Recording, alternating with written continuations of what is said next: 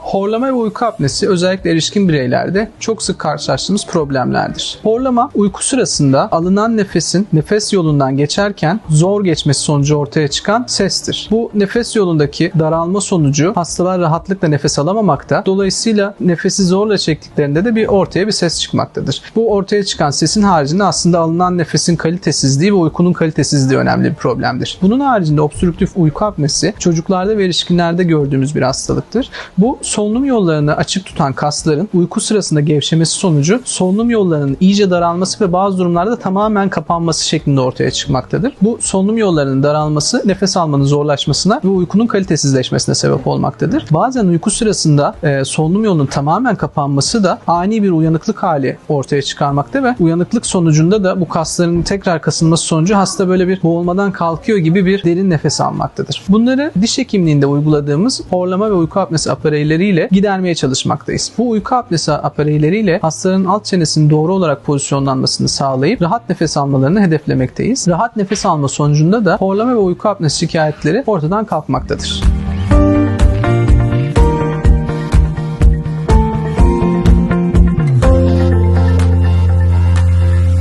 Merhaba. Uyku apnesi şikayetiyle kulak burun boğaz uzmanına gittim. Eşim uyurken solunumum durduğundan ve aşırı horladığımdan şikayetçiydi. Bunun sonucunda yumuşak damak bölgesinde uyuma esnasında kasların gevşemesi neticesinde sarkma olduğunu öğrendim. Kilo vermenin belirli bir seviyede rahatlatacağından bahsettiler. Bu sürece başladım ama bildiğiniz gibi bir kere de olmuyor. Bununla birlikte internette araştırma yaparken Okutan Diş Polikliniğini gördüm. Horlama aparatlarından bahsediyorlardı. Geldim. Aparatın uygulanması sadece bir günlük ölçülen süreci. Akabinde aparat hazırlandıktan sonra geldim, aparatın takılmasıyla geçti. Bu süreç sonrasında 3-4 gün boyunca uyurken ilk olarak rahatsızlık duymama rağmen daha sonra alıştım. Şu anda çok rahat uyku uyuyorum. Horlamalarım ciddi oranda kesildi. Nefessizlik problemleri ve nefes kesilme süreci yaşamıyorum. Herkese çok teşekkür ediyorum.